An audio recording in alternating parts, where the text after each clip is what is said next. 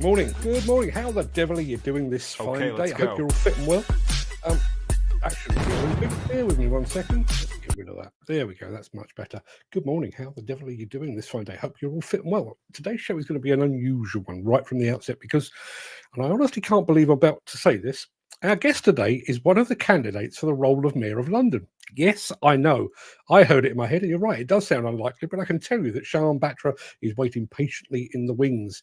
We've got a lot to cover with Shyam, so we're going to temporarily drop all of our usual show content to make way for a proper chat. And he's keen to take your questions and comments too, so please fire away in the chat. What would you ask a potential London mayor if you were given the opportunity? Don't worry, the mystery machine and all the diggers and everything will be back tomorrow. But without further ado, I'm going to roll the intro, post the question of the day, and get this show on the road.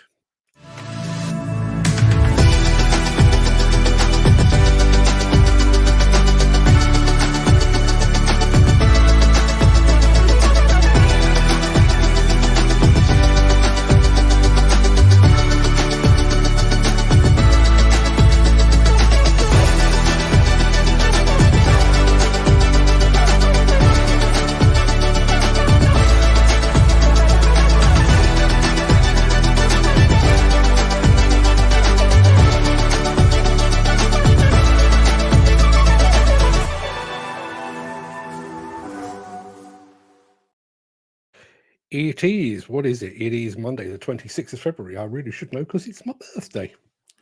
Move on. It is Monday, the 26th of February. I'm going to tell you now. I've already had the first question of the day in for Shyam. I'll get to that in just a second. Comes from our friend Andy Stevens over on Instagram. But welcome to the Breakfast Show. I am your host, Mark Anthony. In today's show, we're going to be speaking exclusively to the London mayoral candidate, Shyam Batra. But first, I'm going to very quickly remind you of our question of the day, which, to be honest, is a little unkind given that Shyam is waiting in the wings.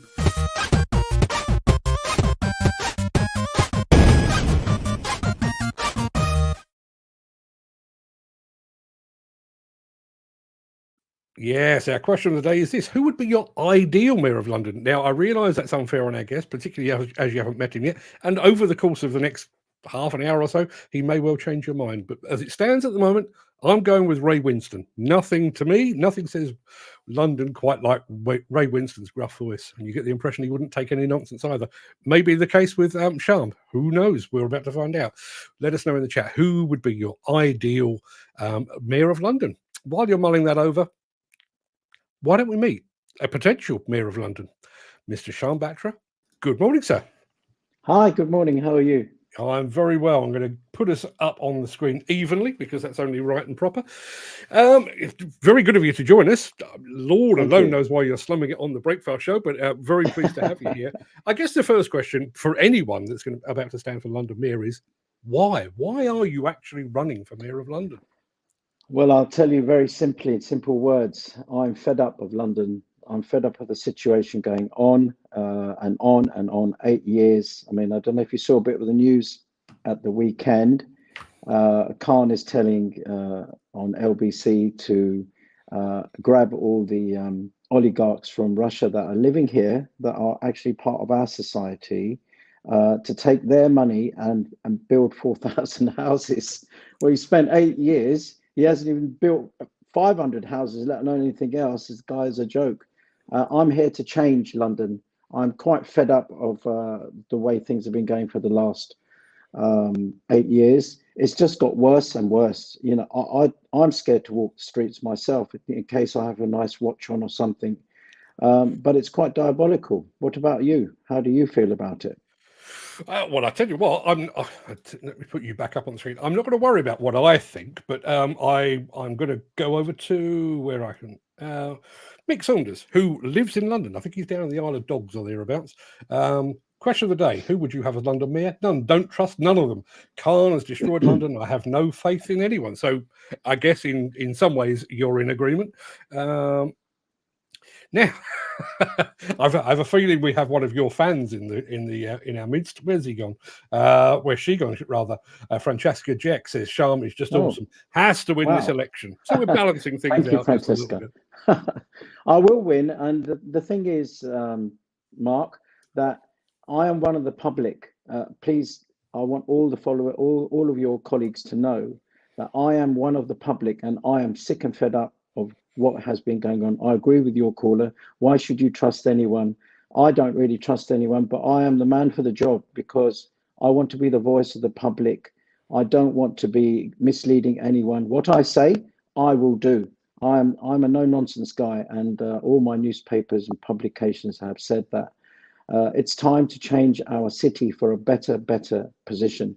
We were the best in the world, and we still are. I mean, London is the vibrant heartbeat of the world, and I want to enlighten that. I want to have all of our public that support us come behind us and work with us as well as a team. I am we. We is us, and that's how I portray myself. I am one of our colleagues. And I'm desperate and passionate to get this city moving. I'm dying to get in the job and get things done. I mean, where do I start? There's so many things that are wrong. As you come from the construction industry, you've got the potholes in the roads, for example. How can people get on and do their job? The internet doesn't work in London. I mean, there are many things that need to be dealt with and done. Well, I tell you what, on the things that need to be done, let me throw over to Instagram. Andy Stevens, who's been on the show in the past, says, Shyam, what are you honestly going to do to support the construction industry? Before you actually get into your answer on that, obviously you come from a property background, so you do actually know a bit about construction. What are you going to do to support those that are watching this show?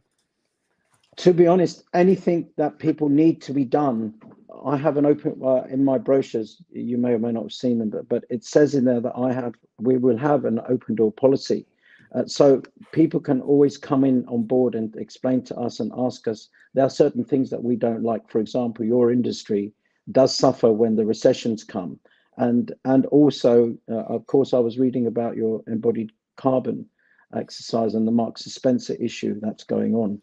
There is a lot wrong. I would gladly support the construction industry. They are our heartbeat as well, because we want to develop the skyline of London. The skyline, everywhere you look, there's roadblocks, there's construction going on that doesn't work. It's taking time after time. Planning issues are a real problem.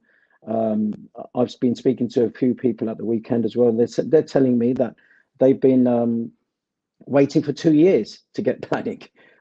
I mean, in a city like ours, to build beautiful structures and restructure the existing ones is terrible. There should be a nice planning rule set up. I intend to change the planning requirements completely. I want people to get in and fix our cities, especially London and the boroughs. We have 33 boroughs, don't forget. It's not just central London we're looking at. We've got 33 boroughs to entertain, and I would gladly love to help anybody in the construction industry. Tell them to speak to me privately or whatever there is that can be done when I get in. I will be the voice for you. There's a lot to pick up on and unpack with that. One of the issues that we've got is under the current regulations, we are seeing less and less demolition, for one thing, because of the concerns over embodied carbon. But there is also this move towards retro first. In other words, refurbish what we've already got rather than building anything new. I think that is at odds with most places, but it's certainly at odds with London. If you look at the skyline of London, over the years, it has constantly changed, which has been one of the things that made this city as vibrant as it is. If you suddenly declare no more new construction, no demolition, no more new construction, we are basically accepting the fact that our skyline today will be our skyline in 10 years' time, in 20 years' time, in 50 years' time. That doesn't sit well with me. What do you make of that? I agree with you. I want to see our city grow. I want it to be, well, not say futuristic as such, but in modern times. I mean, if you look at China, look at the construction going on in China. 10 years ago, China never looked like what it is today. And we are still in a stagnated time. For the last 8 years, the incumbent mayor has done hardly anything. I believe that in the last few weeks, he was also told that he may lose his planning requirements because of the lack of help that he's given.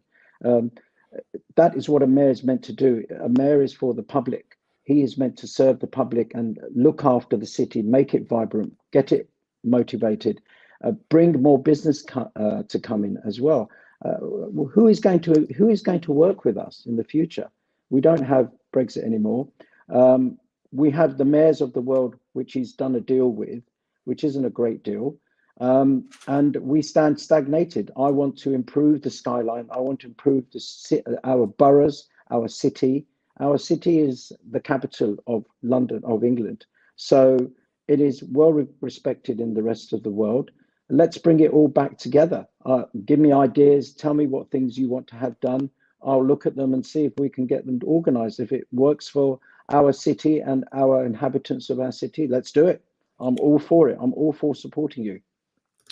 I'm going to go back over to Instagram, where we've had a point here. Would you get rid of ULEZ, as this is clearly just a money-making scam? Our air is of good quality. One of the things that we've talked about on this show over the years is the fact that, you know, ULEZ is supposedly an environmental campaign. But if you pay your £12.50 a day, you can spew as many emissions into the atmosphere as you like. It does come across as a money-making scam. Where do you stand on ULEZ?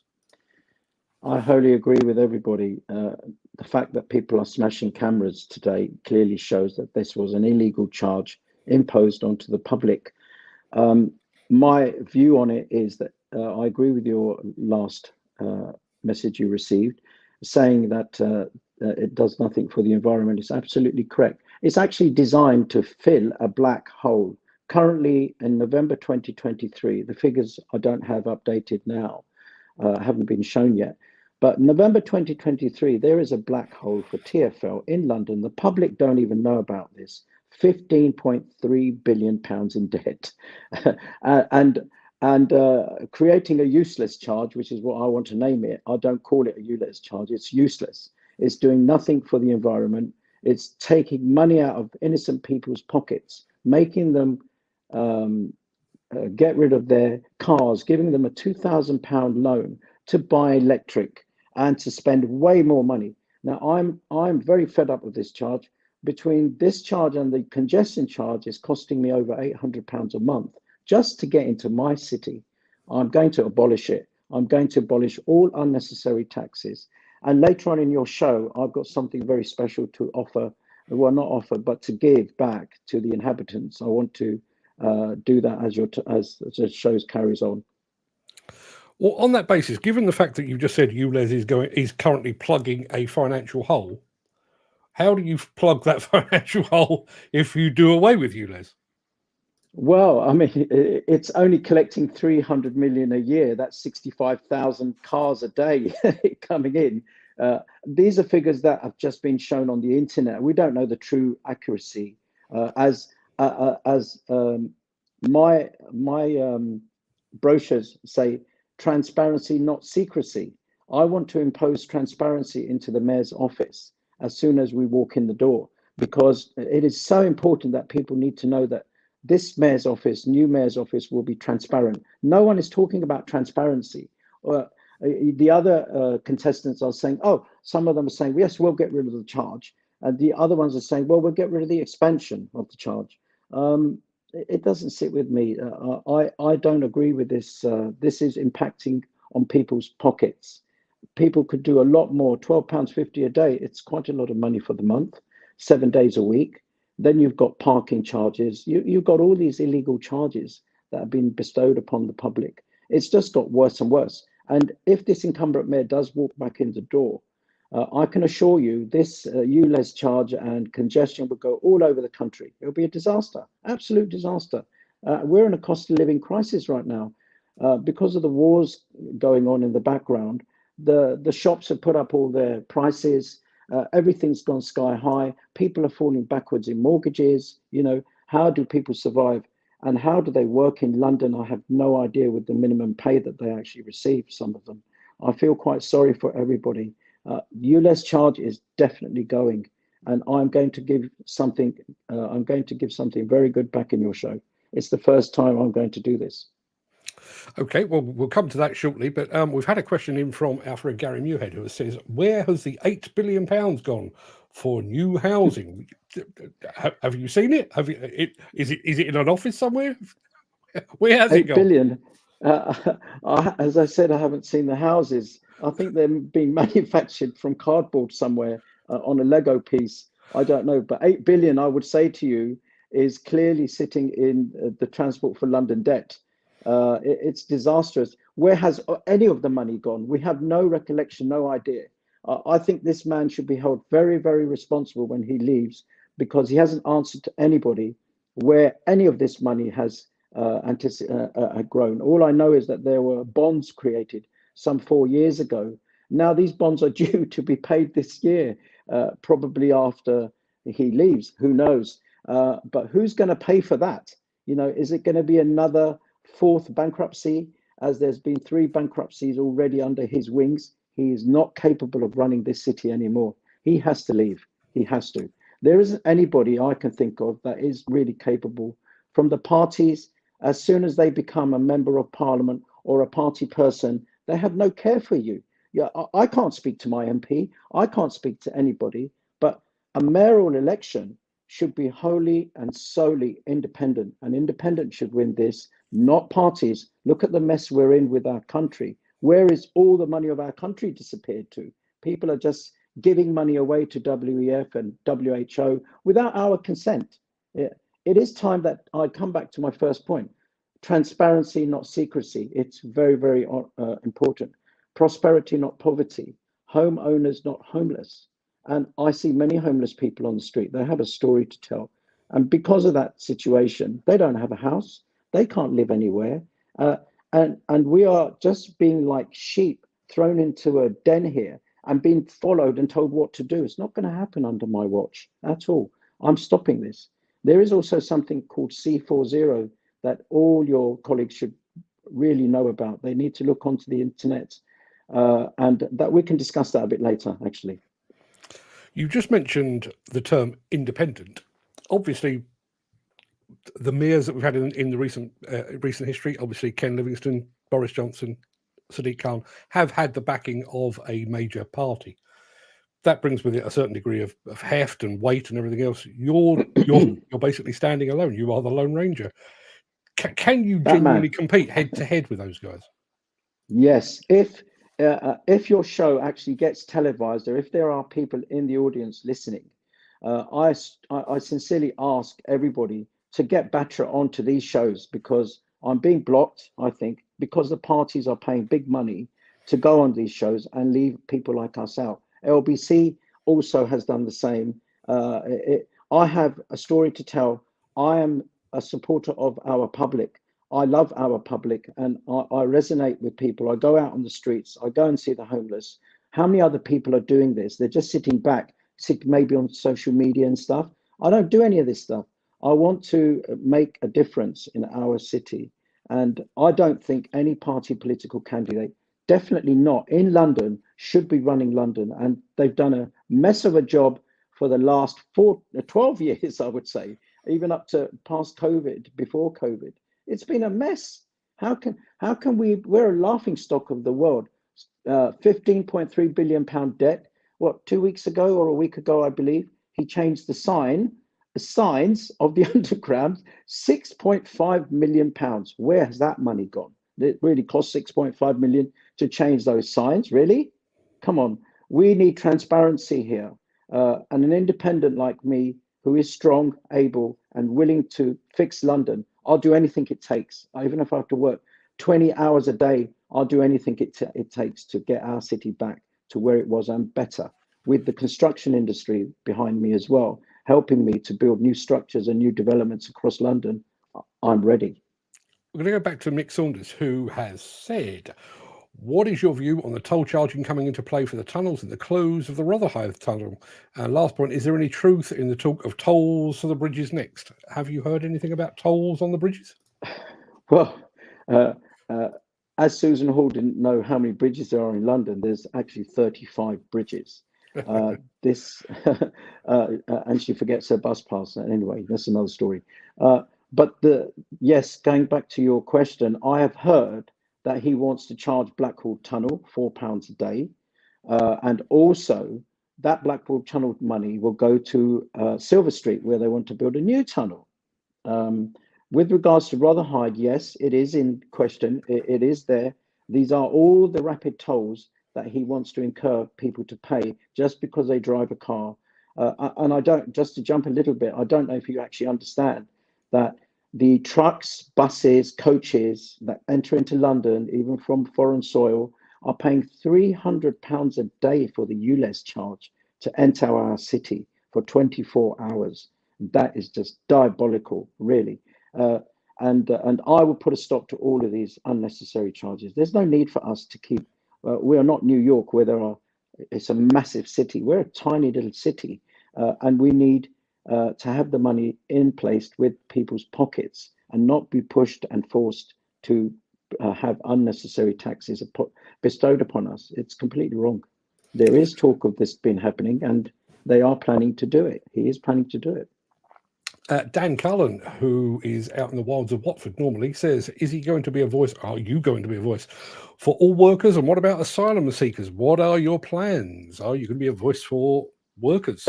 Absolutely, I am. Absolutely, I am. I mean, we are having strikes. We've never had so many strikes in all our history. I think we've had over 35 strikes already this year or in the last few years. But yes, I'm going to be a voice of the public. I want to be a voice of the public. Asylum seekers.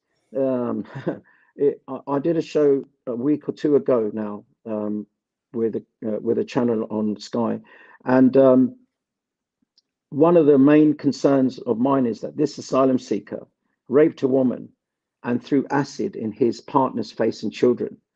Do we want people like this in our city? It should have been stopped from the moment he got charged for rape, and he was let off. He was let out again. So any asylum seekers need to abide by the laws of our city and our governance. If they're going to be getting a British passport, they have to abide by this. And if they don't, they're going back. I'm so sorry. But I'm not tolerating any asylum seekers that come here on false pretenses. And then asylum seekers should be coming from a prejudicial point. You know, they've been persecuted and really damaged mentally. You know, it is a mental effect. But those type of people, once they've settled here, they become a part of society and they contribute to our society. But these are type of people, they'll be going back. I promise you that. That's a very important point. I mean, London, I realise it's a cliche to say, but London is very much a cultural melting pot, I guess is the expression.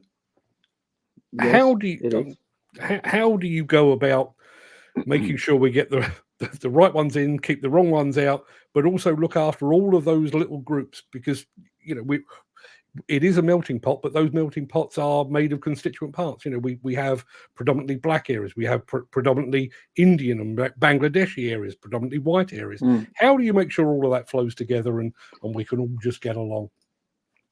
Well, London is 47.6% diverse. It's a huge community, and there is immense diversity. I want to integrate all of the communities back together again. Our society, as well as our city, is broken. It needs to be repaired.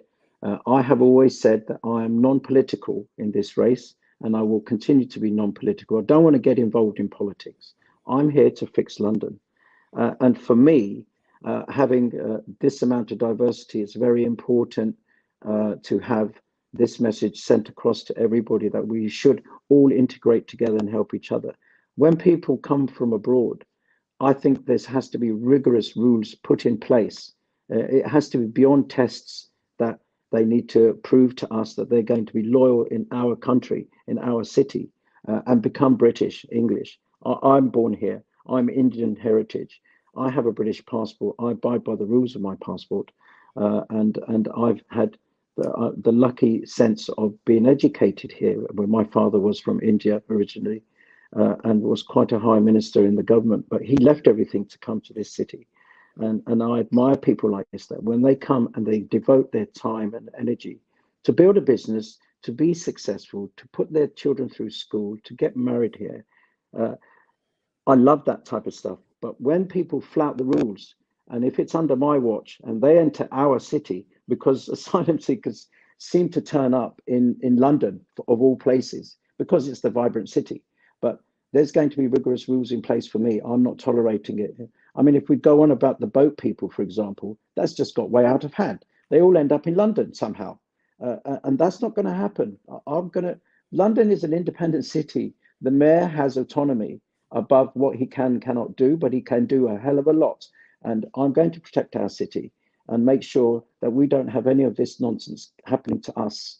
I need to support our public first, and that comes high up in my list, very high up at the top. Our city has to be protected. We need to make sure that our inhabitants have a place to live, have money coming in, are working.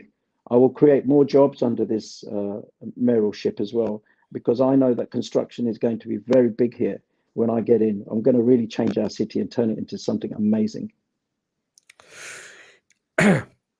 You just mentioned homes and homelessness. As it stands at the moment, obviously London does have a major homelessness problem. It's also, and I'm sure this is a contributory factor, it is painfully slow to get planning permission for anything.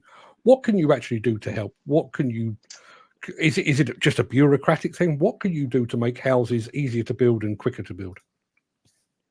Well, I'm going to make some simple rules in planning.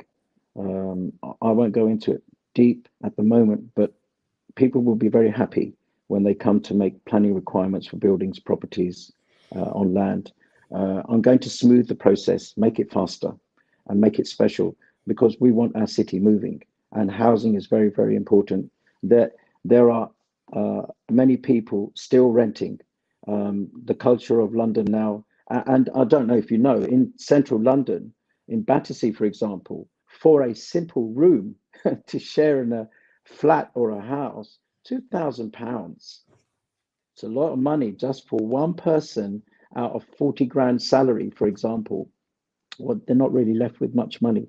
So I want to build more and more property. If it's apartments, great. If it's houses, great. We have a lot of unused land here. We have a lot of empty places, therefore empty faces. We have a lot of property sitting around doing nothing. It's about time that a proper mayor gets a grip of what is really going on in London and what's been hidden, and not to make it go further. It's time for us to get entrepreneurial and to build more property for our public. Our public come first. That they're the ones. I believe there's about 160,000 people on a temporary housing scheme from like minimum 7 years to 15 years. It's disgusting. How can you leave people on a temporary housing scheme, which means that the councils could actually throw them out tomorrow without any say so? They can't claim, they can't get any discount on property. It's just stagnated. The housing associations are not complying. They should be working like the councils. If the person's been in there several years, they've got to be given discount to go and improve their life, because they can't improve it sitting there in a council property. These council properties were set up for people that were very, very low earners that couldn't get pieces together, but they needed a roof over their head, £15 a week or whatever it was back in the day. But it's just been abused. So we do need to build lots more housing. I intend to put that at the top of my list as well. Once I get the police back, housing is very, very important to me. Everybody needs a home, and I don't like any more than you do. I know we're going to talk about the homeless. I feel very sad for them because they all have a story to tell. They're not all begging for money, sitting on the street. Do you actually think they really want to sit on the streets of London or in the suburbs? They don't. They don't know what to do. There is nothing to help them. They can go to the council. The council will call the police and kick them out. What is the council there for? The council is collecting our taxes to do what? What with this money? Again, no transparency. I intend to bring transparency back in a big way. And may I say that with the homeless, there are empty spaces. I'm going to fill those spaces with the homeless. We're going to clean them up. We're going to give them a job. We're going to put them into society again. We're going to bring them back, because there are many, many, many poor guys and women on the streets of our cities, our boroughs. It's really bad. I can't pay everybody everything. I feel so sad when I go past them. Even in the evenings when I go and meet them and give them some food, chicken and rice and whatever it is that the stores give me, I take it. And I feel sad because they have a story to tell, and I can't sit all night. I wish I could, but I can't live for 24 hours every day. It won't work. But I really do intend to do something about it. I feel bad. And of course, if it cleans up our city, then that means that we're going to have a vibrant city. Tourists will be able to come far more. I mean, at the moment, tourists are scared to come to our city. They're going to Paris. There's no VAT given back to them either. So, yes, I'm going to build more housing. I'm glad you mentioned Battersea, because that's where I was born and raised. So thank you for that. This business about homelessness and planning permission, one of the things that we've mentioned on this show before, this was the case before COVID, but it's even more the case now. Obviously, we've had COVID had an absolutely decimating effect on local high streets. You know, I'm in Surrey, but my local high street is now made up of empty shop fronts and charity shops. That's all it is. Those are spaces that could, if we could change the planning permission, they could house people. You know, we could take people off the street and actually put them under a proper roof. Is that something that you would be willing to explore? I would indeed. Any ideas that are sound and help the infrastructure to grow, it is in my domain. Believe me, I am the public. Don't forget, I have been through hell myself on many issues, but I am a man of the people, and I want to do what's right. Housing is very, very important. People need a roof over their heads, and you're right. If the shops are empty, we'll give them one chance to fill it. If they don't fill it, we will compulsory take it, and we'll turn them into flats and houses, etc. It's wrong. You can't just buy property and leave it sitting there for like 3 years, 4 years, because the planning rules don't assimilate to the position. We are going to change our planning rules. We're going to put our public first for the first time in history. None of the mayors care about the system or the public that they represent. I want to be one that cares. I want to bring housing back in any way, shape, or form we can, if it means constructing new places. I mean, for example, if you look around yourself, you'll see that in central London alone, there are so many warehouses empty, so many offices empty. Because of COVID, people decided to now work at home, not go to an office anymore. I mean, if that is going to be the case, then give us those properties. Let us do something with it. Let us create housing. Let us create businesses. Let's get London moving. You're proving popular, and I'll come back to that. But as you're proving popular, Mr. Khan is proving slightly less so. Shyam, you're a breath of fresh air compared to the diabolical Khan who has ruined London's small family business, says Harrison Hickman. Andy Stevens, who is a difficult nut to crack, says, so far, if you're a man of your word, you've got my vote, which is not a bad place to be. Dan Cullen also says that man should be made to answer questions. He was never capable of running the city from day one. One of the things that Andy Stevens has just asked, though, should Sadiq Khan face criminal charges or civil charges? If it was anyone else, he says, they'd be banged up and the key would be thrown away. Absolutely. Is there a case correct. I don't want to say too much, but I have a plan, which I think the public will like me for. But this man has to be held accountable. He's going on about Islamophobia and everything else. What about the black hole he's created in our city right now? And when he leaves, we don't even know if it's going to touch 20 billion. We get 20 billion to survive in our city. I am going to send a message to the councils and everybody else. I'm taking control. No one's taking control, whether you're Labour or Conservative, and rules are going to change. This is our city, an independent city. I'm going to take control, and we're going to handle the cash and the money and where it's supposed to be deployed properly. We're going to do deals from the mayor's office. I'm going to employ a hell of a lot of people to do deals for us, to fix our city and to make our city vibrant and special again. Because there, again, all your colleagues are saying about the incumbent mayor, it is very important to show transparency.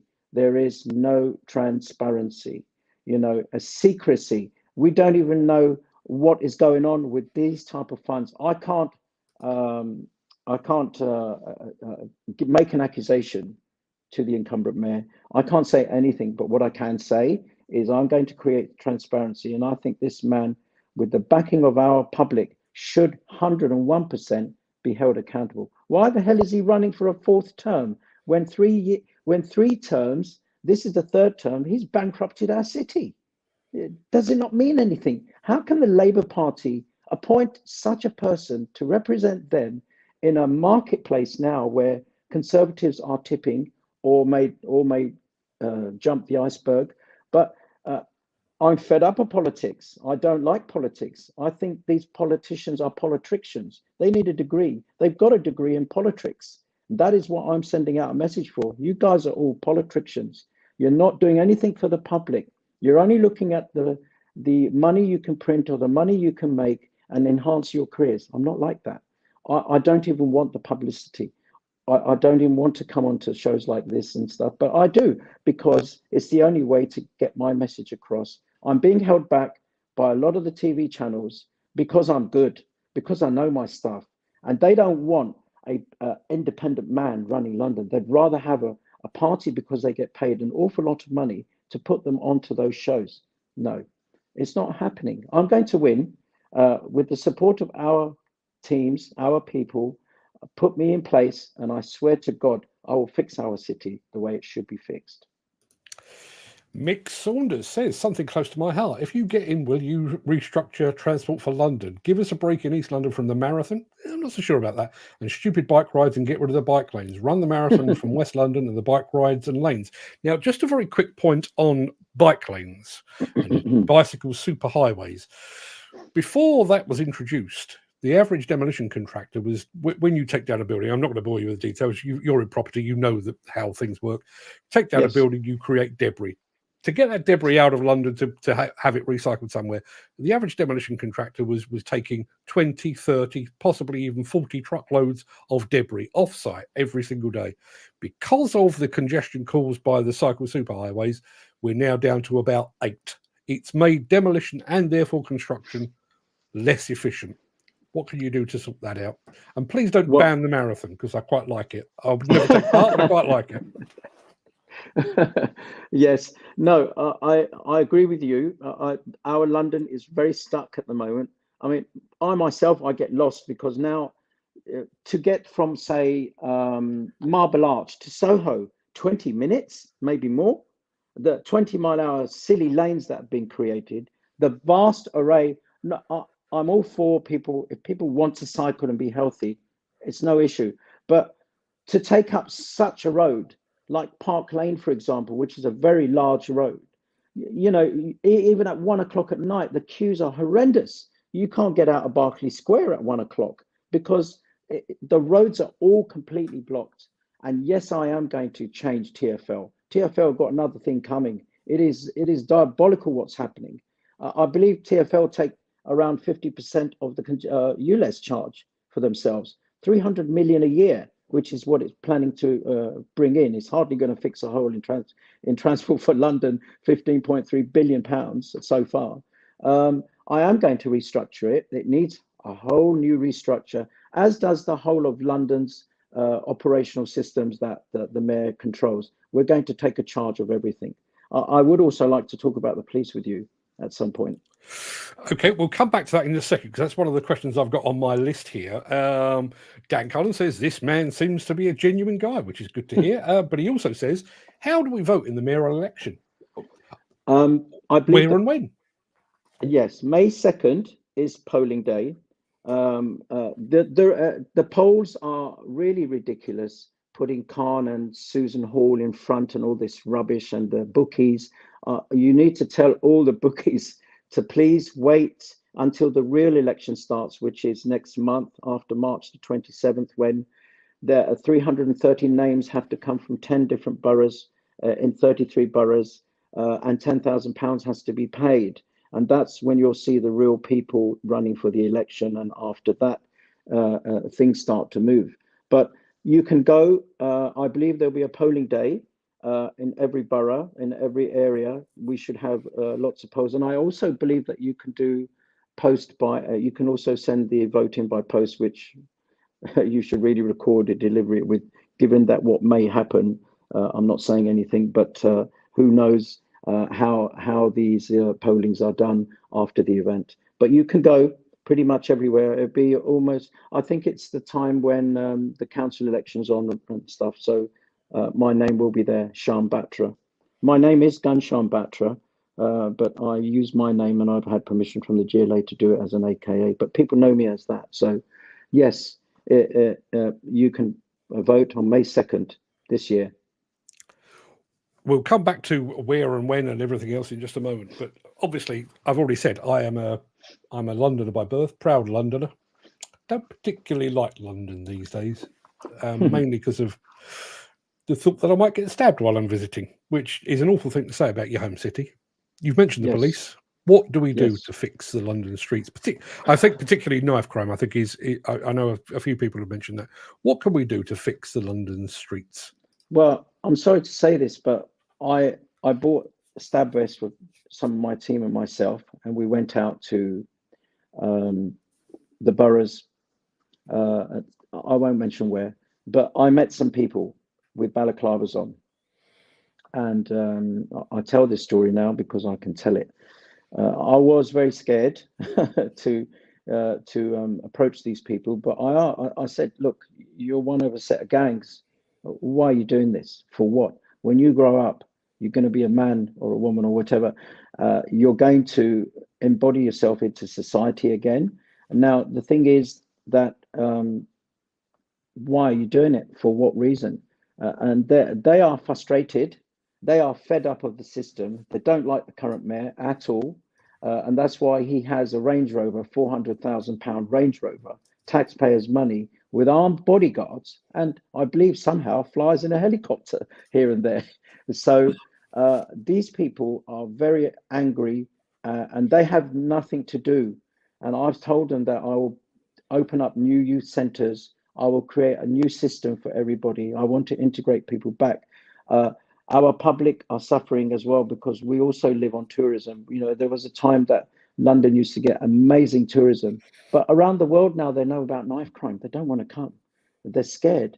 Like you don't want to be knifed, you said. And I said to them, take off your balaclavas. I'll take off my stab vest and let's talk. And I did exactly that. And they resonated with me and they respected me for coming out there to meet them because obviously they're gang boys. They do what they need to do. But I've told them, please, under any circumstances, do not harass any women. Do not take anybody's belongings. People work very, very hard.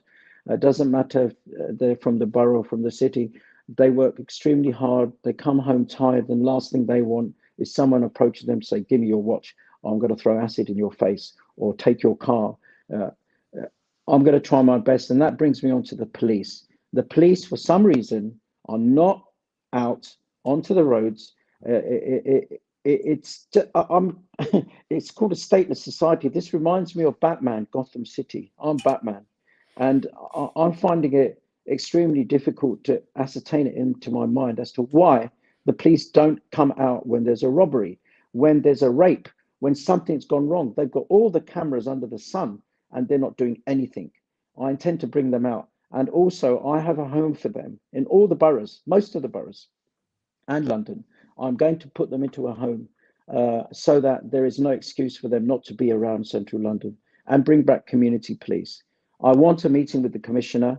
Again, I'm not privy to it yet. I'm not getting on mainstream TV, which I really want to give away my stuff. But unfortunately, today is your lucky day because I'm going to give you something very special for you, Les Charge. You just said I'm Batman. Of all the things I expected you to say this morning, well, my name's Batra. Not on the list. Batra, B-A-T, Bat. I'm the Bat. I don't need Robin right now because Robin's hooding all the public at the moment. So when he leaves, Batman will be here. I really do intend to fix our city. Police are very, very important to me. I want one of the most important, important things on my first list is ULEZ charge and unnecessary charges to go, police to come back. We're going to get people, but we're going to get our comfort back. And you can come to the city and not be worried about being stabbed. You know, we have to change the culture. A lot of it is education as well. The young kids don't have a clue and they just follow because a lot of them are from single parent families. Bless them. I mean, especially the boys, you know, they don't know what to do and they've got to choose the right course of action. And I think a lot of it boils down to the education at schools. For example, we have no security in our schools. We don't have any cameras, meters, noise things to show that people might be carrying a knife in school. I intend to change all of this. And just quickly, I'm going to impose very, very heavy sentences for anyone carrying a knife. It's period. There's no excuse or rehabilitation. You carry that knife, you've got a reason to use it. It's not happening. And I want to work very closely with the police. I want to bring the police back in every single borough. And I also want businesses to be not scared, to bring their own security on board. It's really frightening what's happening in our city. How are big businesses going to come to our high street and build businesses here, clothing, music, whatever? There's nothing going on, nothing. We need to get together and fix this. I'm going to fix it. This is an interesting point from our friend Chris Ford, who is way up in Derbyshire, so he doesn't get to vote in the election. But he says, whoever becomes the mayor of London, they must remember that they lead and other city councils tend to follow, with far-reaching consequences for general public. Your man sounds like a breath of fresh air. That would be you.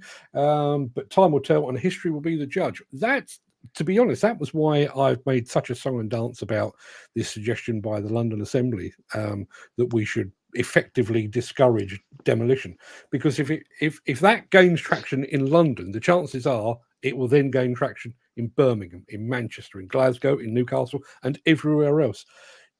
Obviously, you're standing for your passion for London, but you potentially have a much far further reaching brief, don't you?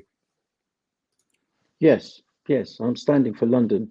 I mean, the GLA, I believe one of the candidates constantly sits in the GLA. I find it a bit of a contradiction for her to be running as a mayoral candidate for a certain party. But it's a great question, and I've got my expectations, and people don't have to believe me, but this is my city too. I belong in this city. I am one of you. I'm the same as you. I'm no different. I'm not far away like this current mayor is. I'm here. And I'm here and open to any suggestions, any thoughts, any queries. We are going to create an open door policy at the mayoral office. And we want everybody to come in, have appointments, just like they do at their local mayoralship in the boroughs, and help us to understand their thoughts and commitments that they require. I do intend to fix a lot of things. I have made my brochure very, very simple. I want every man, woman, and child to resonate with this. I mean, for example, youth centres we haven't touched on, and NHS. I mean, just briefly, youth centres. I intend to team up with 3 or 4 youth centre companies, and they're going to help me to build either 4 massive youth centres in each borough, or we'll have satellites. But we will have our children getting off the streets and going back into that. The NHS is heavily underfunded. Where's the money? No transparency. Yet again, the hierarchies in all the boroughs, in all of the businesses, are taking more money than a mayor can take and a prime minister. And what is happening? So with the A1s, I want to call them A1s, emergency centres. I want to take the accident and emergency story away, unless it's really, really a real emergency, they go to the main hospitals. But in the boroughs, we should have smaller units where people break their leg or have high fevers or something is wrong. They don't sit for 7 hours in hospitals every day and worrying and stressing about their health. Let's put them into local areas where everything can be dealt with, which means employing more doctors, more nurses. And nurses don't get paid a lot of money. They're running away from here. They're going to, like, Australia's giving them a house and a car, come and work with us. There's no value for the people. The real hard workers are the people below the managers and directors and stuff. I'm going to change all of this. I'm fed up of it. It's time to get our city back on its feet. It doesn't have legs right now. It's terrible. I'm going to ask you a random question now, and I don't actually think it's within your remit, but I'm going to ask it anyway. On Friday last week, it was the 8th anniversary of an accident in which 4 demolition workers were killed up at the Didcot Power Station in Oxford, so way outside your jurisdiction, obviously. But 8 years an investigation has been going on by the Thames Valley Police and by the Health and Safety Executive, and we're still no answers. And I've just literally had a comment here from the daughter of one of the guys that was killed over on Instagram, Sadie. Good morning, Sadie. Can you get Didcot spoken about in Parliament, as it keeps getting thrown out and not spoken about. It happened down south, albeit not in central London, but Oxfordshire. We're 8 years in and no answers. You've mentioned the efficiencies or the lack thereof of the police in London. 8 years to investigate an accident? Is that really that's not acceptable, is it? No, not at all. Not at all. Not at all. It goes back to the building that burnt down near Grenfell. Whiteley's, Grenfell. 8 years again. There doesn't seem to be conclusions on certain things. That it just clearly shows that safety measures that could have been impounded more. I mean, with the construction industry, I know it sounds a bit stupid, but I was thinking about this last night. Within the construction industry, when you're at a high-rise building, I mean, you know, it could easily happen. You could slip and fall and die. But why don't we have these like bouncing things or something to protect people falling or having an accident or issue? It has to be investigated. And if it's in my power, I will try and do something about it. If you send me information on Didcot, it is out of my remit, being a mayoral candidate and coming into election. I will certainly ring the doorbells. Awesome. Thank you very much indeed for that. That will be music to Sadie's ears. Dan Cullen says, you sound like a proper people's person, not filling the coffers pockets, which I'm glad. Chris Ford also said he would vote for you, but I don't think Derbyshire qualifies as a London borough, at least not quite yet. I've looked on your Instagram, obviously in advance of you coming on. Yes. And I don't want to take this out of context, but one of the quotes that you make is that you're running as a businessman and not as a politician. I've heard that line. I've heard that line before, and given that Donald Trump is quite possibly one of the worst human beings ever to walk the earth, are you really comfortable with that comparison? When I say businessman, what I intend to do, I don't want to give too much away in case. Well, it doesn't matter because I said it here. So I am a businessman. I look at protecting money. I come from finance, and the one thing I've seen here is that money's been squandered. I use the word not even loosely. It's been squandered. We don't know who it's gone to. I mean, £6.5 million change of sign. They're homeless people on the streets, for God's sake. There are one-parent families that need help.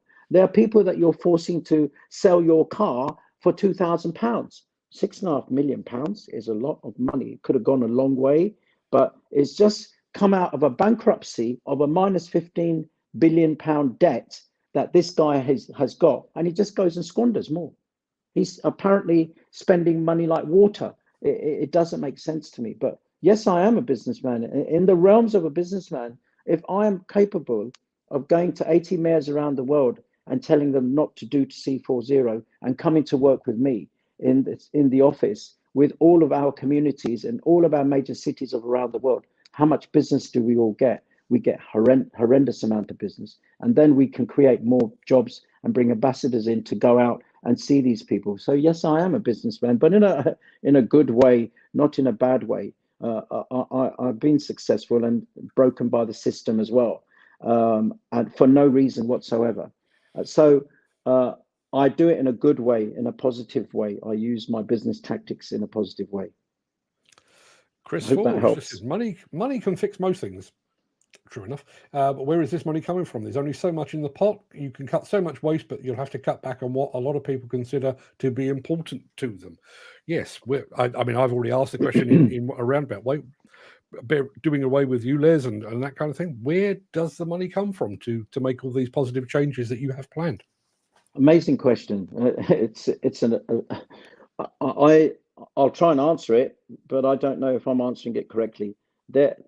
Every year, I believe that we'll get about 21 billion for the whole year. Well, by the time May comes, I can guarantee you that 15.3 billion will become something like 18, maybe more. There are bonds to be paid back. I'm going to have to ask for it to be written off. It's not fair on our public or me to come into an office with debts all around me, swimming around me. So I'm already making some plans. I have spoken with our City of London.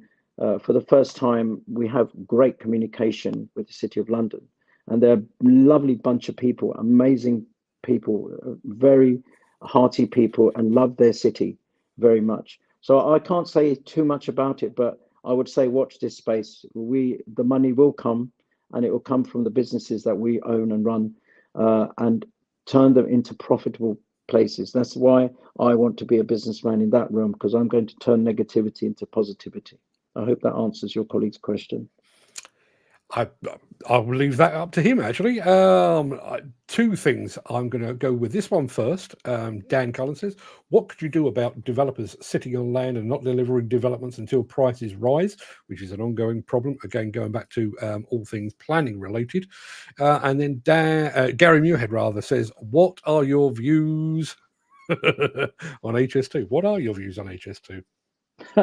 Well, it's technically in our jurisdiction, but not. It was a really silly exercise to have created from the outset without no planning put in place. I mean, I believe it's been stopped halfway through somewhere. HS2, it would be nice to have faster transport coming into our city.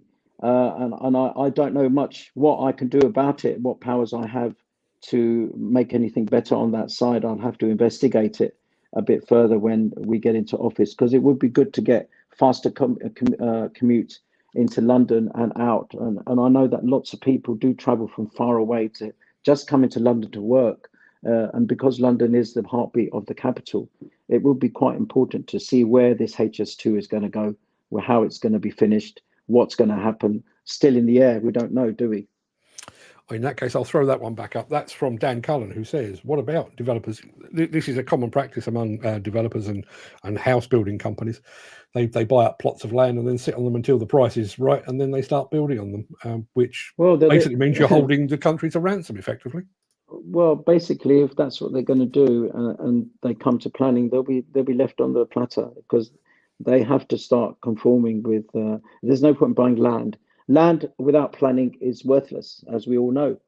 Land with planning is important. If they don't do something when they've got planning when they've got planning put into place, and they still sit on that land, we're going to have to put some kind of rule in that if you keep it empty for 12 months, you're going to have to pay a fine, or we're going to take away your planning requirements again. I think we need to get London moving. It's time. I don't understand this analogy of why would you sit on land just so prices can rise. Anything can happen tomorrow. It's you're back on a casino table again. We don't want these guys holding us to ransom. I don't want anyone holding our city to ransom anymore. We'll come to your ULEZ thing in just a moment, because we're almost at the hour mark. But I've got probably the most important question of the day. Yes, at least for me, this will be the clincher. What football team do you support? All of them. Spoken like a true politician. I'm a boxing man. My history is I was first Indian boxing promoter in the world, and I worked with my fantastic friend Peter Maniatis in Australia, and we did fantastic work together. He's in the Hall of Fame. But football's never. I've been to about 3 shows. Can the football companies at least invite me to some shows so I can start supporting? But I like Chelsea. I like Man United, even though it's far away. But no, I'm not a football man as such. So I like all of them. I do enjoy the World Cup when it comes on and stuff. And I would like to meet Mr. Beckham, because I think he's done an amazing job wherever he is in the world, from where he's come as a footballer to where he is now. Amazing. I'll take my hat off to him. A great emblem of London he is. So yes, I would like some matches, please. if anybody asks you that question in future, the answer is West Ham, just so you know. I nearly said West Ham. But your point about David Beckham, anybody that comes home from Los Angeles and goes to a pie and mash shop is okay by me, I would say. Mick Saunders, and listen, Shyam, yes, Mick is a difficult man to please. He's a dyed-in-the-wool demolition man, known in the trade as a hairy-ass demolition man. But he says, we'll give you credit, mate. At least you've kept eye contact and not looked away, unlike Khan, who treats people with contempt, ignorance, and arrogance. You've won one person over at the very least. Thank you. Tell 5 of your friends, please, and let them tell 5. So you mentioned ULEZ and something you are going to share. Yeah, I'd like you to put up my website if you don't mind. I can do that. With a stroke donate. I think you can find it anyway. But that's the main one. Yeah, if you hash the word, hash it, and then after London put donate. As you all know, that I live on donations. Well, we will live on donations. Haven't got a great deal yet, but I'm hoping to get a lot of donations because there's a lot of work in the campaign to do just now for the next 2 months. I will be getting a bus given to by a friend, a very good friend of mine here, a double-decker, which I want to visit a lot of the boroughs and meet people like I've done many times on foot, but to come and speak to us about certain things, and we're going to try and do that. But one thing I must say to you is I really would like your listeners to donate, even if it's £1, £5, £100 would be fantastic, because it's going to help our cause to get me in. You know that yourselves. Back to the ULEZ charge. Well, I'm going to tell you this. It's not been done before, and I'm going to be the first candidate to say to you that from October 2023 up until I win, ULEZ charge is going to be paid back to you guys. The ULEZ charge for car owners only. I'm going to pay the money back. I'm going to find the way to pay it back, and I'm going to pay it back. And I know I'm going to do that. And that's why I'm offering it back out to the public. It's time that we don't get charged for unnecessary charging. It was a charge that I believe and understand and portray that it should never, ever have hit our public. Not only that, I mean, the £2,000 for scrappage for a car. I've got an old car. I would never sell. My car's worth 30, 40K. Why would I get 2K for it? Because it's not useless compliant.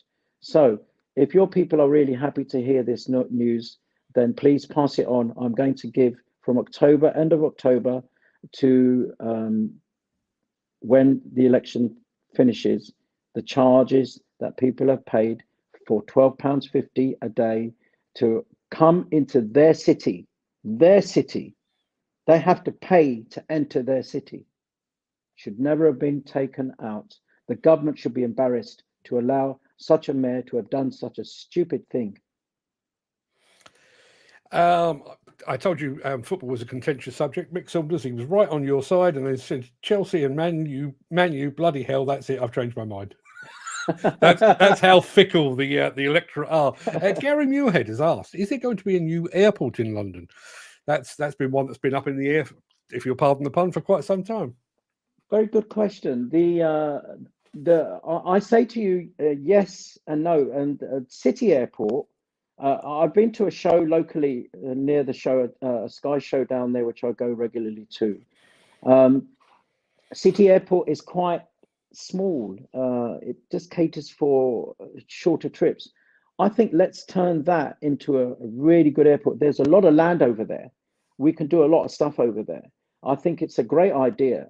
And it's another hub for people that want to enter into our city. And don't forget, you know, we've got our glorious city of London Square Mile that people love to come and visit and stuff and see what really happens, like Tower Bridge and things like that. I think it'd be a great place to do it. But to alleviate the pressure, also just jumping, all unnecessary 20-mile-an-hour lanes will be gone as well.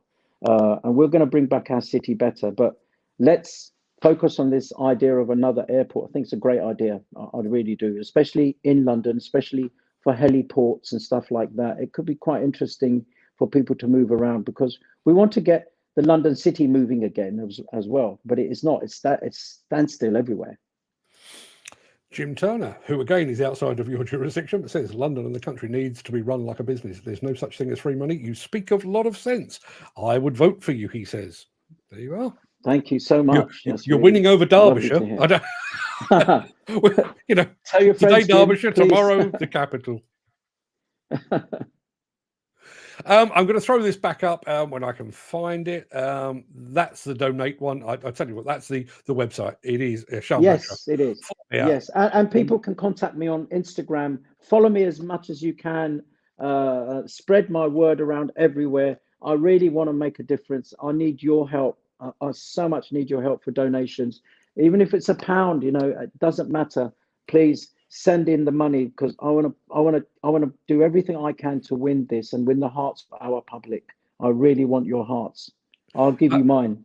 I have to say, one of the things that I find refreshing, I mean, I joked at the beginning, the fact that you've come onto a piddly little internet show, and I'm grateful that you've done that. But the very fact that you are accessible, you and I have been speaking on and off, well, I think Friday, Saturday, Sunday, and today as well. I wouldn't expect to have that level of access with Mr. Khan or the other 9 candidates that will be running.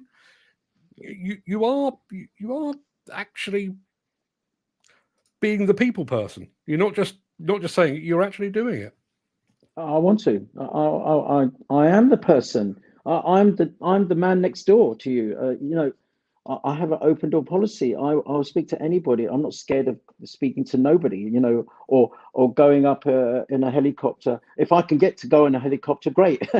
But at this moment in time, I want to win this, and I want to win the hearts of the public. I really want them to believe in me, that I have that power. I can make that change, and I will, definitely. I will. But, I want to get billboards up. It all costs money. Everything here is bloody money. Hey, you're listening to construction folks. The very fact that you only said bloody, that really isn't a problem. I want to be everybody's friend. As you said before about diversity, London has the most diversity in the world. It's an amazing place. This city needs to be promoted like you cannot believe. That is one of the good things I'm going to do. And giving the money back to the public is a big thing, and I want to do that. I'm not doing it to win your votes. I am paying nearly £800 a month. I don't want to pay it anymore. It's disgusting. It's diabolical. It's costing. I could be renting a barn for that money, but it's terrible. Why should I lose money as well? I'm you. I don't want this. I want to be in government. In the mayor's office, bring transparency back, take away poverty, take away homelessness, and make champions, not criminals. I think our current incumbent mayor has the reverse of what I say. But I don't know what the agenda is here, either to burn the city to the ground and then leave, or to just leave. He should go. I'm going to ask you one last question, because we've been going for more than an hour, and I'm sure you've got much better things to be doing with your time. But yes, my final question: get out and go to. Let's just say the planets align and God smiles down upon you, and you are elected Mayor of London.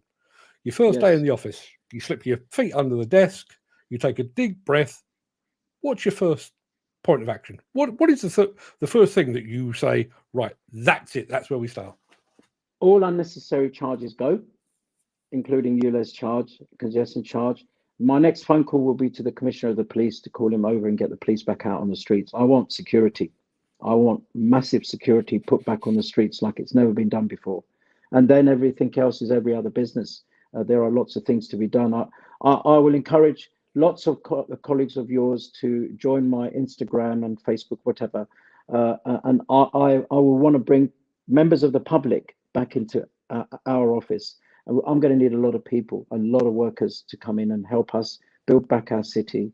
And these are the things that I would encourage, and I want that to happen so we can get London moving again. I want London moving. Nothing more I can add. Absolutely perfect. Shyam, it's been an absolute pleasure. Really appreciate you taking the time to spend some time with us today and talking to our audience. I'm going to throw it back up again because I have the power to do that. If anybody would like to find out more about Shyam, you can go to that. If you'd like to donate, you can go to that one. And yes, and also my website's my Instagram is Shyam Batra for Mayor. And I don't know, you probably have the Facebook ones. They're all pretty much the same. You'll find me somewhere. And please come and speak to me, talk to me, join us. Join our movement. Let's get this thing moving and spread the word. I always believe in 1-5-25. One person knows 5 people. 5 people know 5. And let's get London told about me, that I exist and that I'm here to help you all. I really need your help. Awesome stuff. Well, I think it cuts both ways. I think London needs some help as well. So seems like a fair deal. Shyam, I'm going to let you go now. I'm going to play our outro stuff, so you don't need to stick around. But I'm going to take you out the show. Good luck for the election. Thank you very much indeed for joining us. And I'll be speaking to you very soon, no doubt. Yes, thank you so much to everybody for Cheers now. coming in and asking questions and stuff. Thanks. Not a problem at all. All the best. And there we are. There we are. We've had a mayoral candidate on the Breakfast Show. Who would have thought it? Who would have thought it? We are at an hour and 12 minutes, which is more than enough for anyone, I would say. Jim Turner has just said, I know being mayor is not quite the same, but I believe politicians should drag any money from countries' coffers. This should be... they should be there because they care, not because it's a gravy train. No, I totally agree with that, 100%. Everybody, it's been an absolute joy. Pleasure to meet Shyam kind of in person. As I say, I've spoken to him on the telephone, but this is the first time I actually got to speak to him face-to-face. Hope you enjoyed that. A little bit different. We've got some bits coming up that are a bit different as well. We've got another guest on our morning show on Wednesday, a representative of Moog. If you remember Moog, we featured them last week, where they would have come on and tell you a bit more. And then we've got our show on Wednesday evening with Tim Burnhope from JCB, talking all things non-road mobile machinery, which will again impact the streets of London. So please stick around for that. I'm going to be back here tomorrow at 10 a.m, bright-eyed and bushy-tailed as I always am. I will hop over into the chat to see if anybody would like to have a chat, but I think we've probably taken up more than enough of your time. But let's roll the outro.